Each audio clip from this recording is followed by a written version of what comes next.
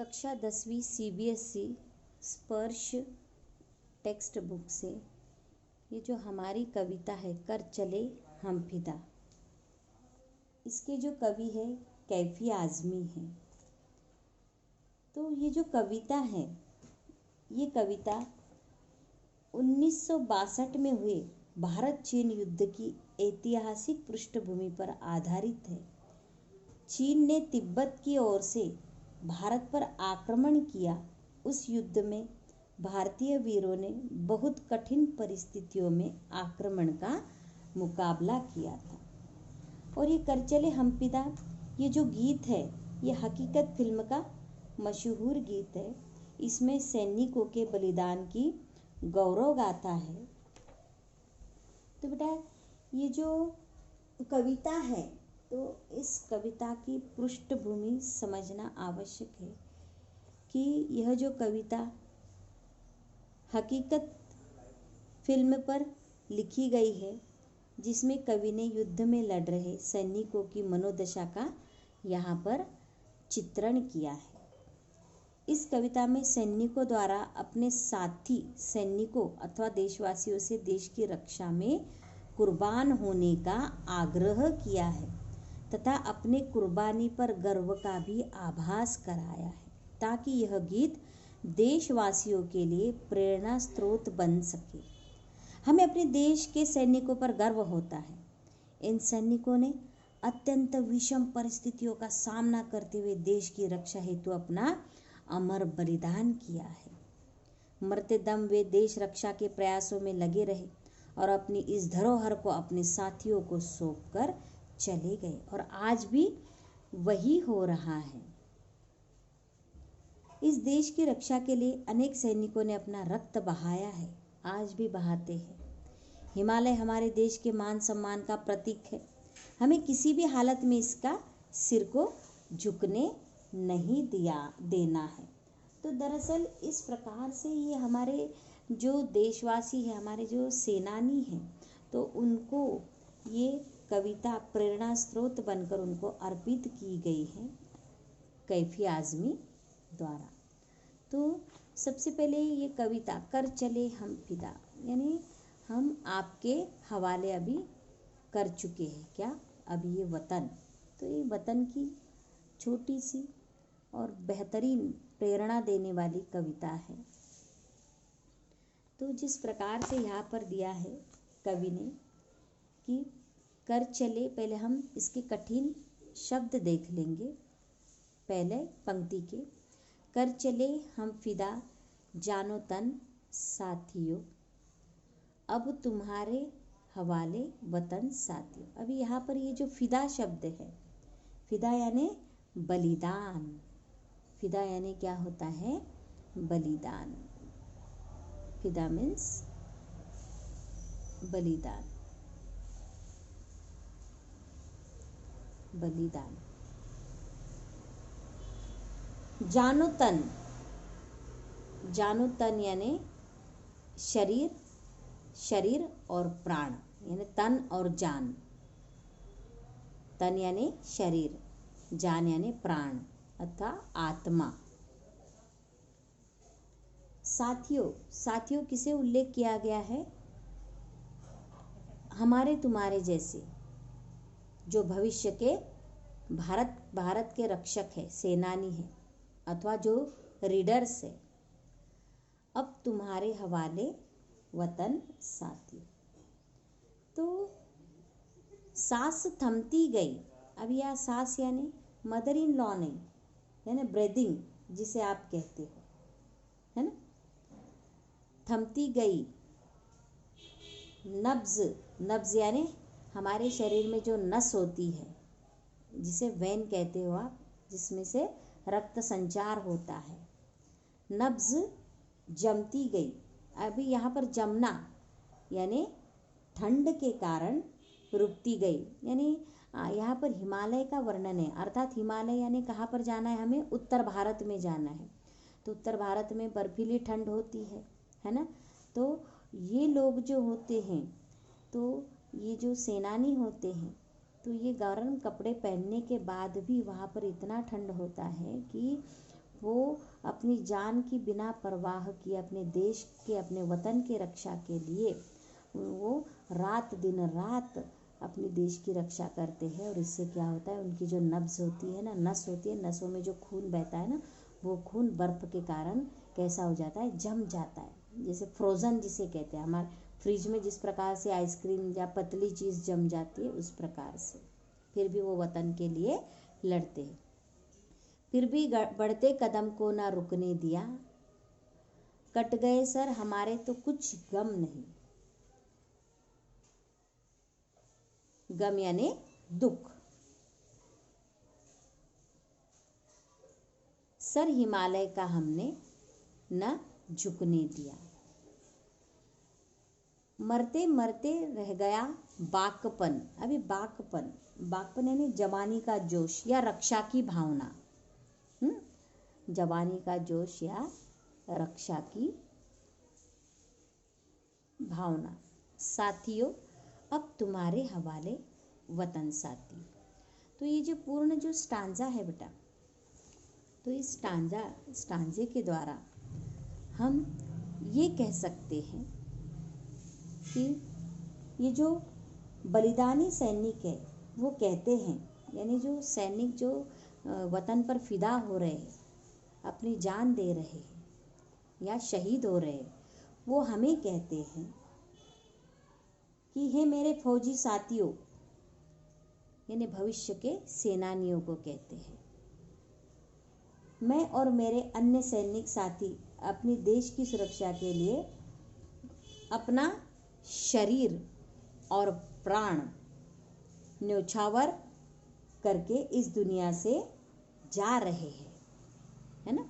कर चले हम फिदा जानो तन साथियों, अब तुम्हारे हवाले वतन साथी। यानी मेरे फौजी साथियों, मैं और मेरे सैनिक साथी अपने देश की सुरक्षा के लिए अपना शरीर और प्राण त्याग कर इस दुनिया से जा रहे हैं। अब यह देश तुम्हारे हवाले है। अभी इस देश की रक्षा करना किसका काम है? तुम्हारा काम है। तुम ही इसकी रक्षा करना। यद्यपि देश के लिए लड़ते लड़ते हमारी सांस रुक गई है, हमारी सांस रुक जाती है। देश के लिए लड़ते लड़ते अगर हमारी सांस रुक जाती है या नसें ठंड के कारण जम जाती है, फिर भी हम बर्फ से ढकी सीमाओं पर आगे बढ़ते जाना है। फिर भी इस बर्फ और इस ठंड से हमें डरना नहीं है, बल्कि हमें क्या करना है? आगे बढ़ना है और दुश्मन का सामना करना है। क्योंकि देश की सुरक्षा करते हुए हमारे सर भी कट गए तो हमें इसका कोई दुख नहीं है, है ना। कट गए सर हमारे तो कुछ गम नहीं, यानी देश की सुरक्षा करते हुए अगर हमारे सर कट गए फिर भी हमें कुछ गम नहीं होना चाहिए, दुख नहीं होना चाहिए। हमें प्रसन्नता है कि हमने जीते जी हिमालय का सर नहीं झुकने दिया। और वह कहते हैं कि हमने अपनी जान दे दी अपने वतन के लिए, पर हमने हमारे भारत का जो सरताज है, जो हिमालय है, जो क्राउन है, उसे हमने कभी झुकने नहीं दी। क्योंकि हिमालय के लिए ही ये झगड़ रहे हैं। हमारे उत्तर भारत जो जगह है ना, उसके लिए ही हमारे दुश्मन उसको काबिज करने के लिए झगड़ रहे हैं, है ना। तो ये युद्ध कौन सा है? भारत और चीन का। मरते समय भी हमारे मन में बलिदान और संघर्ष का जोश बना रहा है। मरते मरते रहा बाकपन साथियों, यानी मरते समय भी हमारे अंदर यही भावना है कि हम अपने देश के लिए शहीद हुए हैं। अब हम बलिदान होकर दुनिया से जा रहे हैं। अब तुम्हारे हवाले वतन साथी। अंततः अब देश की बागडोर तुम्हारे हाथ में है और इसकी रक्षा तुम्हें ही करना है। तो इस प्रकार से इस स्टांजा का एक्सप्लेनेशन हम दे सकते हैं। अभी अगला देखो बेटा, अगला स्टांजा जो है,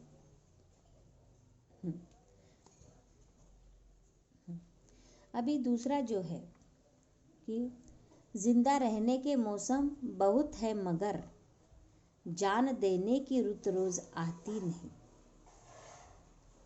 हुस्न और इश्क दोनों को रुसवा करे वो जवानी जो खूह में नहाती नहीं। आज धरती बनी है दुल्हन साथियों, अब तुम्हारे हवाले वतन साथी। अभी जिंदा यानी जीवित, लिविंग थिंग्स जिसे कहते हैं लिविंग। मौसम यानी यहाँ पर क्या अर्थ है इसका? चांस यानी अवसर। मौसम का अर्थ यहाँ पर क्या है? अवसर। रुत, और रुत यानी मौसम यानी क्लाइमेट। अवसर भी हो सकता है इसका मतलब। हुस्न यानी सुंदरता, स्मार्टनेस, ब्यूटीफुल। इश्क यानी प्रेम, इश्क यानी प्रेम। और रुस्वा यानी खफा होना अथवा बदनाम जिसे कहते हैं। खू यानी खून जिसे हम कहते हैं ब्लड, है ना। तो इस प्रकार से हमने पहले पंक्ति में पढ़ा कि ये जो भारत के जो सेनानी हैं, जो बलिदानी सैनिक हैं, वो हमारे भविष्य के फौजी साथियों को किस प्रकार से प्रेरणा दे रहे हैं कि हमने अपनी जान दे दी पर अपने हिमालय का सर झुकने नहीं दिया। और कितनी कठिन परिस्थिति आई हमारे ऊपर, फिर भी हम उस परिस्थिति से नहीं डरे बल्कि हमने उसका सामना किया। अभी आगे चलते हैं कि बलिदानी सैनिक अपने अन्य सैनिक साथियों से कहते हैं, हे मेरे सैनिक साथियों, जिंदगी जीने के तो अवसर बहुत मिलेंगे, यानी जिंदा रहने के मौसम बहुत है, यानी जिंदगी जीने के अवसर तो बहुत मिलेंगे, मगर जान देने की रुत रोज आती नहीं। परंतु देश के लिए बलिदान होने का पवित्र अवसर कभी भी आता नहीं। अभी यहाँ पर देश के लिए शहीद होना यानी उनके लिए क्या है? एक प्रकार से ये फेस्टिवल है। हम कहेंगे क्या कि हाँ, हम मर जाते हैं तो ये एक प्रकार का फेस्टिवल होता है। कॉमन पीपल के लिए ये पॉसिबल है क्या कि मर जाना यानी एक प्रकार का फेस्टिवल है, रुत है। हम रुत मनाते हैं क्या कोई मर जाता है तो? नहीं। किसकी मृत्यु होती है तो हम रुत मनाते हैं क्या? नहीं। परंतु शहीदों का ऐसा ही होता है क्योंकि वो देश के लिए जान गंवाते हैं ना, इसलिए उनकी जान यानी वो शहीद होना ही उनके लिए एक प्रकार से क्या है? फेस्टिवल है। और ये फेस्टिवल किसी के नसीब में नहीं है, वो केवल किसके नसीब में है? केवल फौजियों के नसीब में ही है कि वो देश के लिए अपना तन और मन बलिदान कर देते हैं। और इसीलिए यहाँ पर उनके मृत्यु को रुत कहा गया, फेस्टिवल कहा गया कि जिंदगी जीने के अवसर तो बहुत मिलते हैं परंतु देश के लिए बलिदान होने का पवित्र अवसर कभी नहीं आता। आज तुम्हारे लिए हुस्न और इश्क दोनों को रुसवा करे वो जवानी जो खूह में नहाती नहीं। आज तुम्हारे लिए बलिदान का यह पुण्य अवसर आ गया है। तो यहाँ पर कहता है कि जान देने की रुत रोज आती नहीं, और ये बलिदान देने का जो अवसर है, जो मौसम है, जो रुत है, वो अभी फिर से आ गई है। और इस समय जो सैनिक अपने शत्रु से लड़ता हुआ खून से लथपथ नहीं होगा, वह अपनी धरती के सौंदर्य, हुस्न और इश्क, धरती के सौंदर्य और प्रेम को बदनाम करेगा। और आज हमारे जाने के बाद अभी इस देश को संभालने का काम तुम्हारा है, नए फौजियों का, भविष्य के फौजियों का है। और अगर तुम अपनी देश की रक्षा नहीं कर पाए और अपने देश के लिए अगर तुमने खून नहीं बहाया तो इस प्रकार से अपने धरती का जो सौंदर्य है और अपने धरती के प्रति हमारा जो प्रेम है, वो प्रेम क्या हो जाएगा? अभी बदनाम हो जाएगा। यानी यहाँ पर धरती एक प्रकार से क्या है? एक स्त्री मानी गई है, एक दुल्हन मानी गई है। यानी दुल्हन की रक्षा करना किसका काम है? अभी फौजियों का। नहीं तो क्या होगा? वो फौजी बदनाम हो जाएंगे कि उन्होंने अपनी दुल्हन को दुश्मनों के हाथों में दे दिया है। तो इस प्रकार से हम इसका एक्सप्लेनेशन दे सकते हैं, है ना। और इसीलिए कहा गया है कि ऐसे सैनिक का जो देश प्रेम है वो व्यर्थ नहीं जाता है। आज तो देश की धरती ही तुम्हारे लिए दुल्हन है। आज धरती बनी है दुल्हन साथियों, अब तुम्हारे हवाले वतन साथियों। यानी हमारे देश की धरती, हमारी भारत कितना सजीला है, कितना सुंदर है। ऊपर उसका हिमालय यानी उसका ताज है, सरताज है। और उसने हरी हरी साड़ी पहनी है, उस पर रंग बिरंगी फूल, अर्थात क्या है, उसकी साड़ी की सौंदर्यता है, यानी वो पूर्ण सोने से बनी हुई है। तो इतनी सुंदर दुल्हन अगर हम दुश्मनों के हाथों में दे देते हैं तो इससे क्या होगा, हमारा इश्क और हुस्न का, उसके प्रति हमारे प्रेम की बदनामी हो जाती है। और आज धरती बनी है दुल्हन साथियों, तो ऐसा समझो कि ये तुम्हारी दुल्हन है, तुम्हारी कौन है, ये पत्नी है, बीबी है, और अब तुम्हारे हवाले वतन साथी हो। यानी पत्नी बीबी तो हम नहीं कह सकते, परंतु दुल्हन तो एक बेटी भी हो सकती है, एक माता भी हो सकती है ना। यानी आज के ज़माने में, डबल मैरिज के ज़माने में। तो इस प्रकार से बेटा ये दुल्हन का जो संकेत है, तो दुल्हन कैसे होती है, सजीली होती है, सुंदर होती है।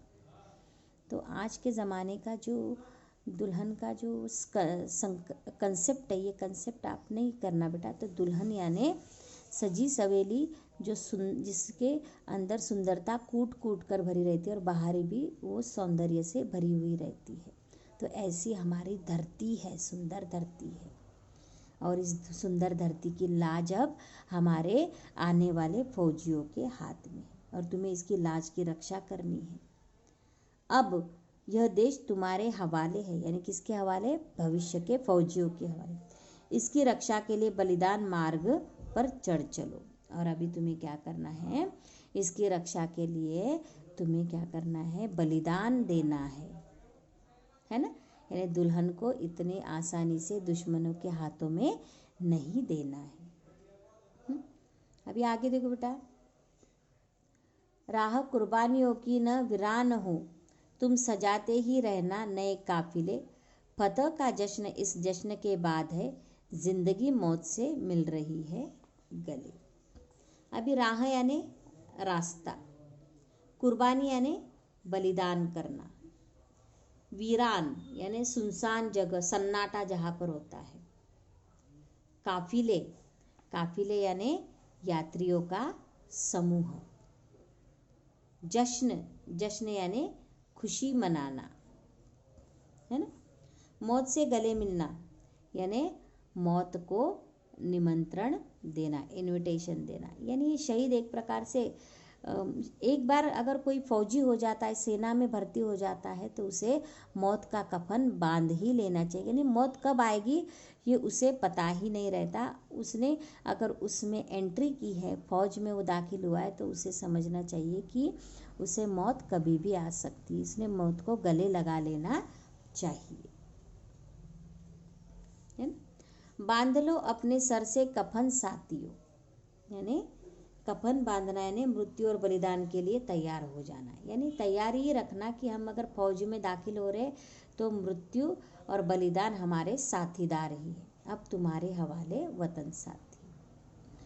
तो इस प्रकार से ये जो स्टांजा है, थर्ड ये पंक्ति है, तो इसका जो मीनिंग इस प्रकार से है कि ये जो दुल्हन है, दुल्हन की रक्षा करना अभी हम नए फौजियों का काम है, क्योंकि पुराने फौजी बलिदान देकर अपने वतन के लिए वो शहीद हो रहे हैं। तो आगे हम चलते बेटा, आगे देखते हैं कि किस प्रकार से ये बलिदानी सैनिक अन्य सैनिक साथियों को कहते हैं कि यह कुर्बानियों की न वीरान हो, राह कुर्बानियों की न वीरान हो। यानी मेरे सैनिक साथियों, हमने देश के लिए जो बलिदान दिया है उसकी राह कभी सूनी नहीं होनी चाहिए, है ना। यानी एक आध बार हम रास्ते पे चलते हैं तो रास्ता कितना भरा हुआ इंसानों से, गाड़ियों से, ट्रैफिक से भरा हुआ रहता है, लेकिन वो रास्ता अगर कभी कभार सुनसान हो जाए तो हमें कैसा लगता है ना कि भाई कुछ तो भी गलत हुआ है, यहाँ तो हमेशा इतना रेलचल रहती है और आज क्यों नहीं है। तो उस प्रकार से वो कहते हैं कि जिस राह पर हमने कुर्बानियाँ यानी हमारे जो शरीर, बलिदानी शरीर जो उस राह पर गिरे हुए थे झुंड के झुंड में, तो वो राह अभी वीरान नहीं होनी चाहिए, क्योंकि उस जगह पर अभी तुम्हें क्या करना है, बलिदान देना है, और तुम्हारे शरीरों को वहाँ पर तुम्हें क्या करना है, सुलाना है। अर्थात वो चाहते हैं कि वो राह कभी सुनी नहीं होनी चाहिए। देश के लिए मर मिटने वाले सैनिकों के नए नए जत्थे तैयार होते रहने चाहिए, है ना। यानी इस प्रकार से तुम्हें क्या करना है कि हमारा जत्था यानी हमारा समूह, हमारा काफिला वहाँ से उड़ गया कि उसके बाद तुम्हें बलिदान देकर वहाँ पर क्या करना है, सोना है, यानी अपने शरीर को त्यागना है। किसके लिए? अपने भारत भू की रक्षा के लिए। वे बलिदान के लिए सहर्ष आगे आते रहने चाहिए, यानी कि उन्होंने डरना नहीं चाहिए भारत भूमि की रक्षा के लिए। एक बार हमने यह संघर्ष और बलिदान का उत्सव मना लिया तो फिर अगला उत्सव विजय का ही होगा। और इस प्रकार से हमने ये फतह का जश्न जो है, यानी मरने का, यानी भारत भूमि के लिए बलिदान देने का जो उत्सव है, वो अगर ऐसा ही सिलसिला जारी रहा तो एक दिन दुश्मन हार मान जाएगा और हम क्या हो जाएंगे, हम जीत जाएंगे।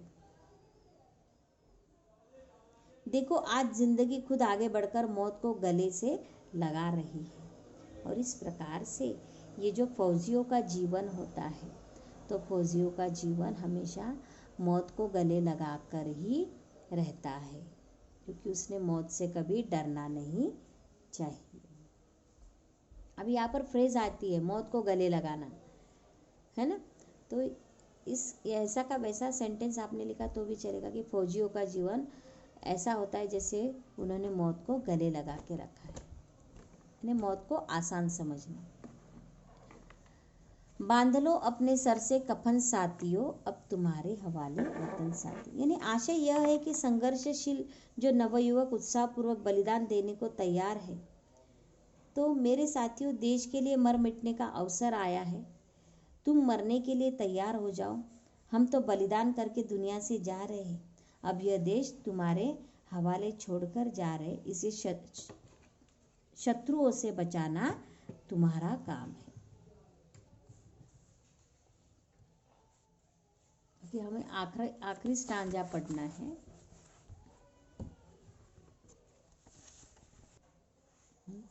अभी देखो बेटा, यहाँ पर खींच दो अपने खूह से जमी पर लकीर, इस तरफ आने पाए ना रावण कोई। अब यह रावण कंसेप्ट किसके लिए? दुश्मनों के लिए है।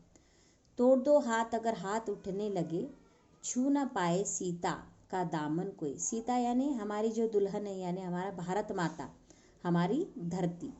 राम भी तुम हो, तुम ही लक्ष्मण साथी। और इस प्रकार से राम यानी ये फौजी सेनानी हैं जो भारत भूमि के लिए, जो सीता के लिए बलिदान करते हैं। और लक्ष्मण यानी रक्षा करने वाले, वही फौजी भी तुम हो, अब तुम्हारे हवाले वतन साथी। अभी ये राम सीता रावण देखकर आपको समझ में आ गया होगा कि ये राम सीता रावण की स्टोरी सबसे पहले आपको मालूम होना आवश्यक है कि यहाँ पर जो रावण था वो रावण सीता का अपहरण करने वाला था।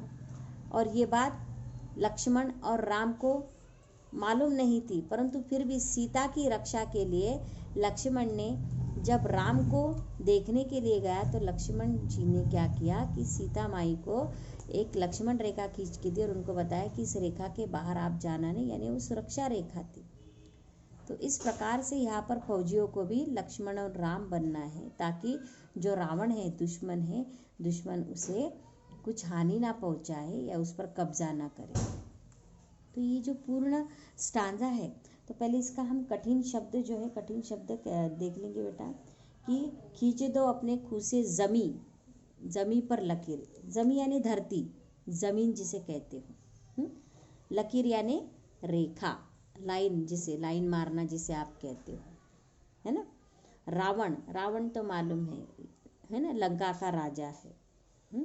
हाथ उठना यानी आक्रमण करना, हाथ उठना यानी आक्रमण करना, ये फ्रेज आ गई बेटा। और दामन यानी क्या होता है? आंचल। दामन यानी क्या होता है? आंचल। तो यहाँ पर हमारे जो देश के लिए बलिदान करने वाले जो सैनिक है, अपने अन्य जीवित साथियों से कहते हैं, यानी फौजियों से कहते हैं, सेनानियों से कहते हैं कि मेरे सैनिक मित्रों, खींच दो अपने खूह से जमी पर लकीर। तुम अपने खून से धरती पर एक रेखा खींच देना है। यानी जिस प्रकार से लक्ष्मण ने सीता माई के लिए, उनकी रक्षा के लिए रेखा खींची थी, वैसे तुम्हें खून की रेखा, यानी तुम्हें क्या करना है, भारत भूमि की रक्षा के लिए बलिदान होना है ना। क्यों? आशय यह है कि तुम अपने बलिदान से शत्रु को सीमा के बाहर ही रोक दो, जिस प्रकार से लक्ष्मण ने किया था कि जो शत्रु है वो शत्रु सीमा के अंदर ना आ सके, इसलिए वो रेखा खींची थी। इसलिए तुम्हें क्या करना है कि इस प्रकार से अपना खून बहाना है कि दुश्मन जो है, दुश्मन यानी रावण अपने अंदर, अपने भूमि के अंदर ना आ सके। हमारी सीमा तोड़ दो हाथ, अगर हाथ उठने लगे, हमारी सीमा के अंदर फिर से कोई रावण ना घुस पाए, क्योंकि फिर से कोई अत्याचारी आक्रमणकारी हमारे देश में न घुस जाए। अगर किसी आक्रमणकारी का हाथ हम पर प्रहार करता है तो उसे क्या करना है, आपको तोड़ के रखना है। सावधान रहो, छू ना पाए सीता का दामन कोई। कहीं कोई शत्रु सीता के दामन पर हाथ न लगा पाए, यानी हमारे धरती पर कोई आँच ना आए। तुम ही राम हो, तुम ही लक्ष्मण हो, राम भी तुम हो, तुम ही लक्ष्मण साथी। स्वयं को पहचानो, तुम ही भारत के रक्षक हो और रखवाले भी, जैसे राम और लक्ष्मण ने सीता माई की रक्षा की थी।